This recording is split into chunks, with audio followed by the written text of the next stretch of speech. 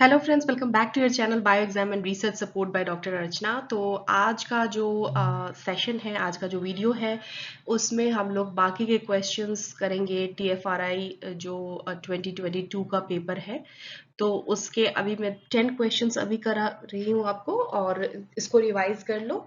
और उसके बाद फिर 10 क्वेश्चंस का एक और वीडियो आ जाएगा, तो उसमें आपको पूरा डिटेल एक्सप्लेन मैंने किया है। और आज का जो पर्पस है वीडियो का, मैं इसको इस तरह से बना रही हूँ कि मैं कॉन्सेप्ट तो आपको बताऊंगी, साथ ही उसको कैसे याद करें इसके लिए मैं उसको आपको बार बार उस तरीके से बताऊंगी ताकि आपको बिल्कुल याद रहे। और अगर आप एग्जाम में भूल जाओ तब भी आपको याद रहे कि मैम ने ऐसे बताया था। तो दिस इज इट। और एग्जाम हॉल में आपको बहुत अच्छे से लाइक परफॉर्म करना है। साथ ही जैसे कि आप क्वेश्चन पेपर को कैसे अटेम्प्ट करोगे, आप टाइम काफ़ी होता है, कुछ क्वेश्चंस बहुत ही इजी होंगे आपके लिए, उसको पहले कर लो। और बाद में जिसमें थोड़ा सा डाउट है उसको थोड़ा आप जो है टाइम देके उसको सॉल्व करो, लेकिन ऐसा ना हो टाइम मैनेजमेंट करके चलना। तो अभी टाइम ज़्यादा वेस्ट नहीं करते क्योंकि आप लोग का टाइम बहुत ही प्रेशियस है, अभी रिवीजन करना है। मैंने कुछ पीडीएफ नोट्स वगैरह शेयर किए हैं टेलीग्राम चैनल पे, आप जाके उसको देख लो। कुछ स्टूडेंट्स ने जो है वो रिक्वेस्ट किया था कि मैम आप नोट्स बना दो, तो मैंने बॉटनी का, इंग्लिश का और आई थिंक फॉरेस्ट्री का दे दिया है। एग्रीकल्चर और जूलॉजी का बचा हुआ है जो मैं मोस्ट प्रोबेबली आज रात में या फिर कल सुबह में दे दूंगी। और एक वीडियो ऐसा बनाऊंगी जिसमें जितने भी नोट्स बनाए हैं ना उसको भी मैं रिवाइज करवा दूंगी। अब सो लेट्स गेट स्टार्टेड। और अभी इस सेशन में, इस वीडियो में मैं 81 टू 90 क्वेश्चन सॉल्व कर रही हूँ टीएफआरआई 2022 पेपर से। इसको मैं डिटेल में इसका आंसर बताऊंगी और याद करने के लिए उसको एक दो बार मैं रिपीट करूंगी ताकि आपको बिल्कुल याद हो जाए। एंड मैंने इसको बहुत बड़ा वीडियो नहीं बनाया क्योंकि नेक्स्ट वीडियो मैं इसके बाद डालूंगी, और इसलिए ऐसा किया है क्योंकि ताकि आपको जो है ना रिवाइज करने के लिए इतना बर्डन ना लगे कि हाँ बहुत बड़ा वीडियो रिवाइज करना है, और 10 मिनट में आप इसको आराम से 10-15 मिनट में रिवाइज कर लो। ठीक है, तो मैंने कुछ नोट्स वगैरह डाले, उसको भी देखते रहो। अब इस क्वेश्चन को देखते हैं। क्वेश्चन है, which among the following toxic और irritant compound is found in Leucaena species. Leucaena species में कौन सा ऐसा टॉक्सिक और इरिटेंट कंपाउंड होता है? तो इसका आंसर है मीमोसाइन है। और ये जो है इसमें पाया जाता है। ये क्या करता है? हेयर लॉस करता है, पुअर ग्रोथ करता है, ग्वाइटर के लिए रिस्पॉन्सिबल है। और ये किसका है? ये ल्यूसीना में पाया जाता है। लेकिन जो बाकी जो ऑप्शंस है वो अलग अलग फॉडर्स में पाए जाते हैं, जैसे कि साइनोग्लूकोसाइड्स जो है, जो कि साइनाइड रिलीज करता है, वो टॉक्सिक होता है। लेकिन ल्यूसेना में ये नहीं मिलता, ये सॉर्गम में, बैम्बू में, इन सब में रहता है। और फ्लोरोएसिटेट जो है ना, वो भी काफी टॉक्सिक होता है और गैस्ट्रोलोबियम स्पीशीज में पाया जाता है। ऐसे ही लोटस में क्या पाया जाता है? लोटोस्ट्रोलिन जो है वो लोटस में पाया जाता है, ये भी साइनाइड रिलीज करता है। तो एक और क्वेश्चन मुझे जहां तक याद आ रहा है, शायद एचएफआरआई में हमने किया था, तो उसमें भी मैंने बताया था कि कौन कौन से फॉडर में और डिफरेंट क्रॉप्स में जो है वो टॉक्सिक और इरिटेंट कंपाउंड पाए जाते हैं। ठीक है, तो अगर आपने वीडियो देखा तो आपको वो भी याद होगा।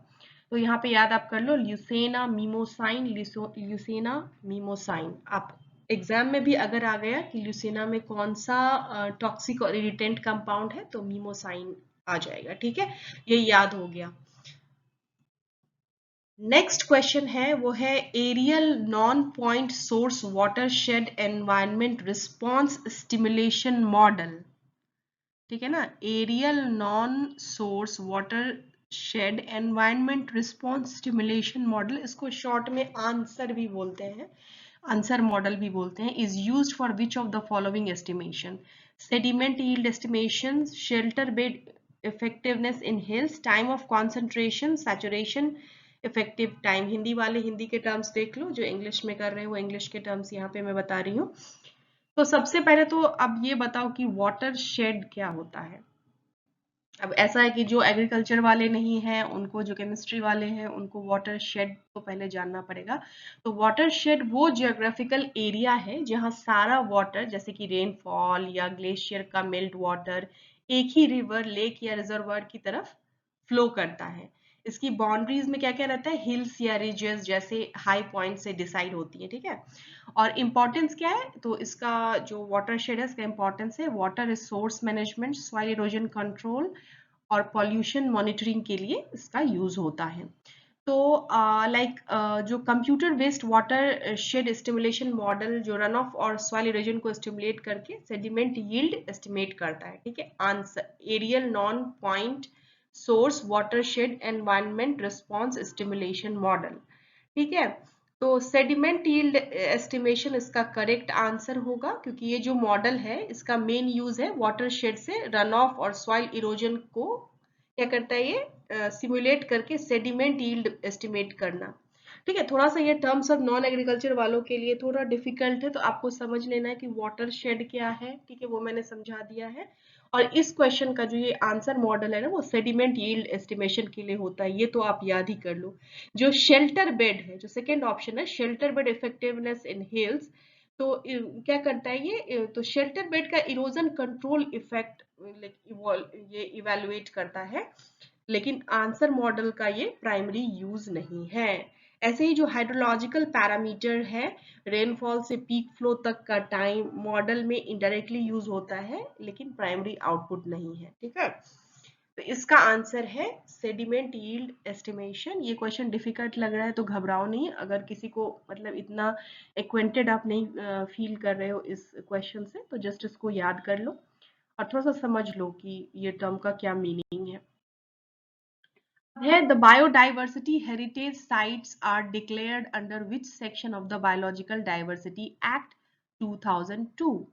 तो इसको याद कर लो, बायोडाइवर्सिटी हेरिटेज सेक्शन 37, और आप इसको ऐसे भी याद कर सकते हो, हेरिटेज नंबर 37, ठीक है, हेरिटेज नंबर 37। आपको याद होगा कि the biodiversity heritage sites are declared under which section of the biological diversity act, आप लगा दोगे सेक्शन 37, टर्म है हेरिटेज नंबर 37 याद रखने के लिए।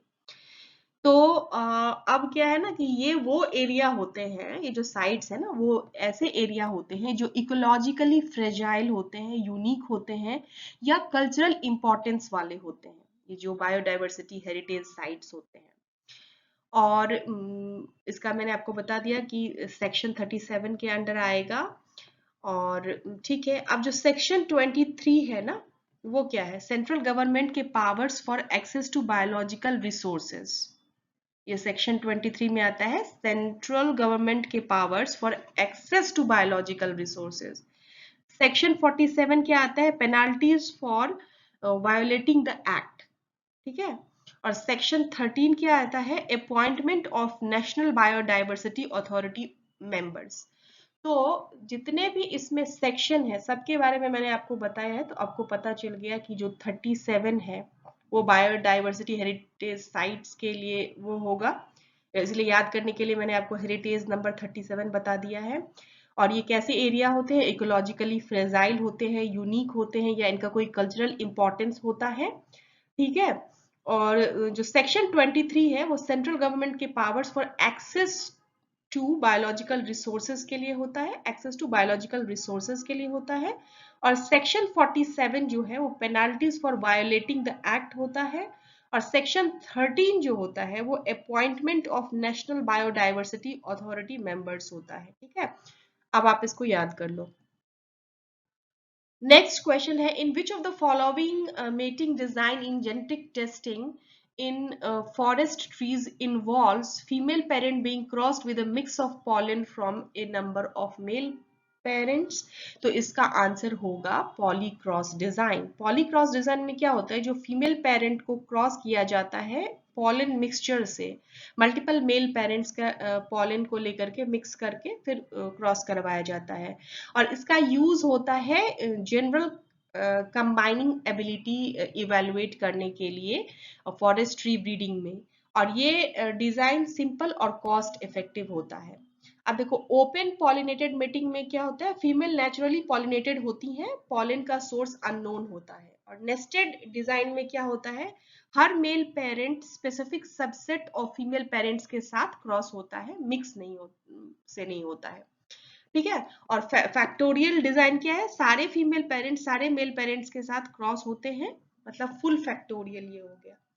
तो इस तरह से आपको पता चल गया पॉलीक्रॉस डिजाइन क्या है। अब नाम में पॉली का मतलब मेनी होता है, ठीक है ना, यहाँ से भी आपको क्लू मिल रहा है। तो पॉलीक्रॉस डिजाइन के बारे में बता दिया मैंने, ओपन पॉलिनेटेड मेटिंग के बारे में बता दिया, नेस्टेड में क्या होता है और फैक्टोरियल में क्या होता है, ये चारों चीजें भी आपको पता चल गई। नेक्स्ट क्वेश्चन है who approves the tiger conservation plan in India, और इसका आंसर होगा एनटीसीए, और आपको पता चल जाएगा इसके फुल फॉर्म से, जो कि है national tiger conservation authority. India में ये क्या करता है, ये टाइगर कंजर्वेशन प्लान को अप्रूव और मॉनिटर करता है। ये अथॉरिटी जो है वाइल्ड लाइफ प्रोटेक्शन एक्ट 1972 के अंदर बनाई गई है और टाइगर कंजर्वेशन के लिए पॉलिसीज और गाइडलाइंस सेट करती है, ठीक है।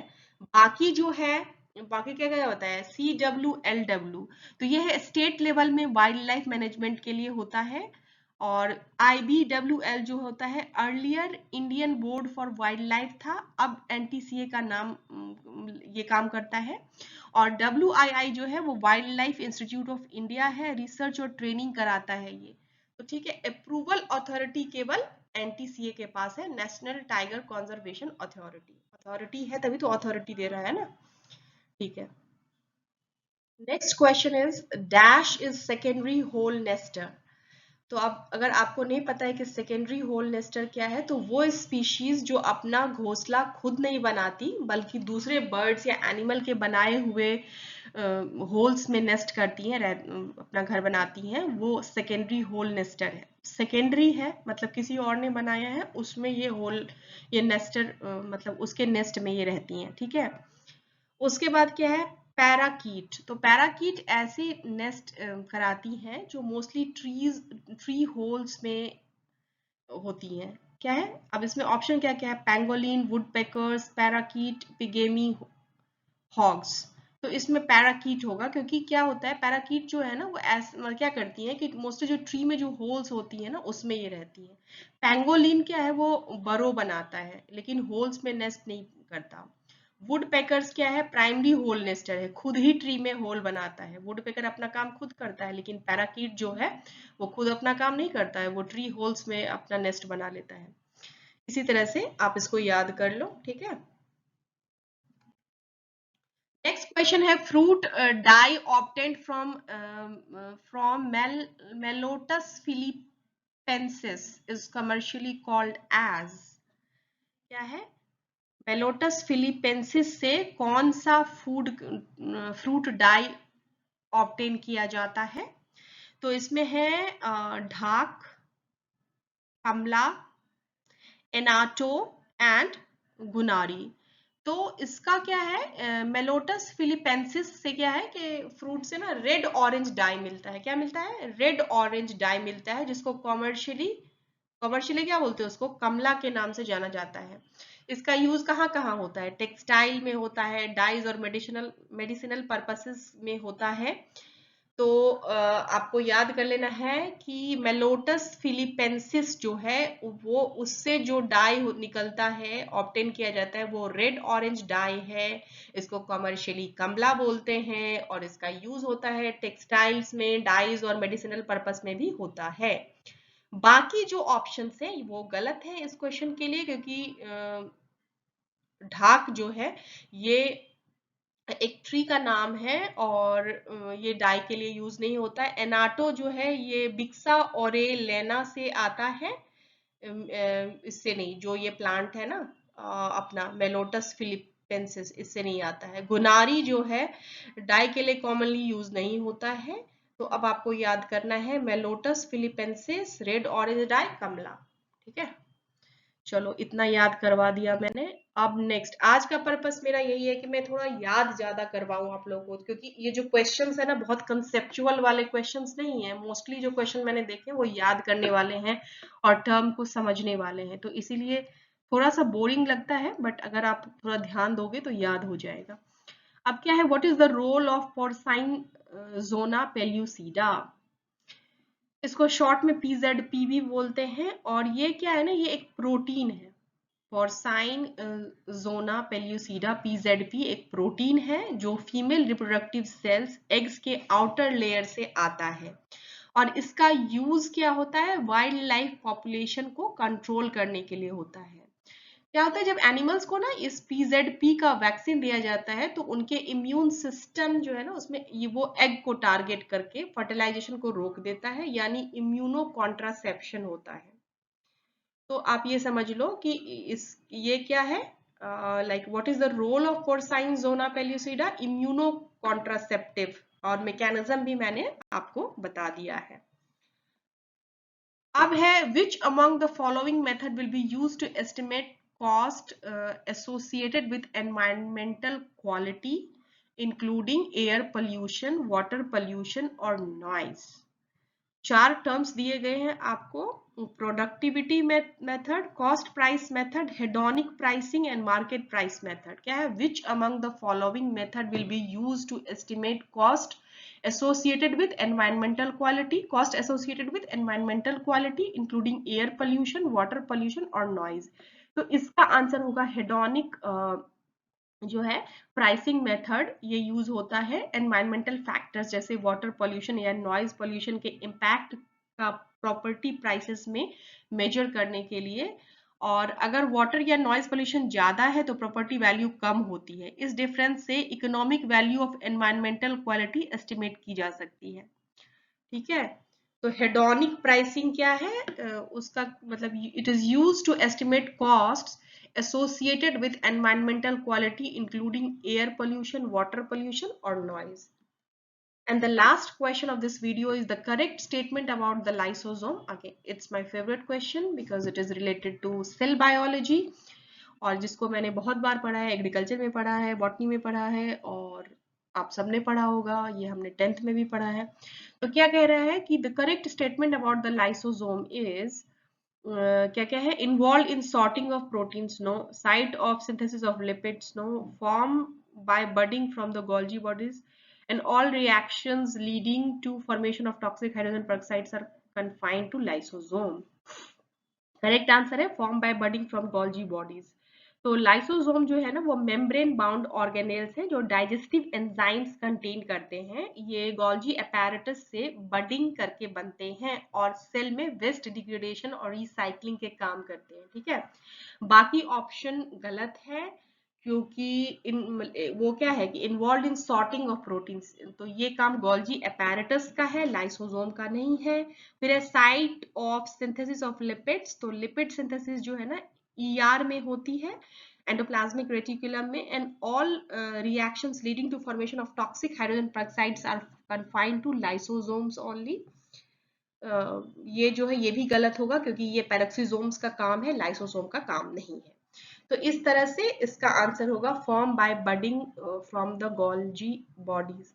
देखो अब इतना पैनिक नहीं करना है, जितना पढ़ लिया है उतना काफी है। जो मैंने शॉर्ट नोट्स दिए हैं उसको पढ़ लो and I will try to provide you notes of geology as well as एक और क्या रह गया है अपना एग्रीकल्चर का, मैंने एक दिया था लेकिन चलो उसको थोड़ा सा और अपग्रेड करके मैं आपको डाल दूंगी उसका भी नोट्स टेलीग्राम पे, तो आप वो देख लेना। बाकी जो है अब रिवीजन करो, PYQ जितना कराया है उतना कर लो बस। और आपने जो पहले से पढ़ा है वो भी काम आएगा क्योंकि जो 60 मार्क्स है वो एक तरह से 12th 10th स्टैंडर्ड का है, तो उसमें बहुत कुछ आप सॉल्व कर पाओगे। और जितना भी डिफिकल्ट हो वो अगर डिफिकल्ट है तो सबके लिए डिफिकल्ट होगा, उस हिसाब से कट ऑफ भी जाएगा। So thank you so much for watching and I will post the next video soon which will include question number 91 to 100। See you in the next video।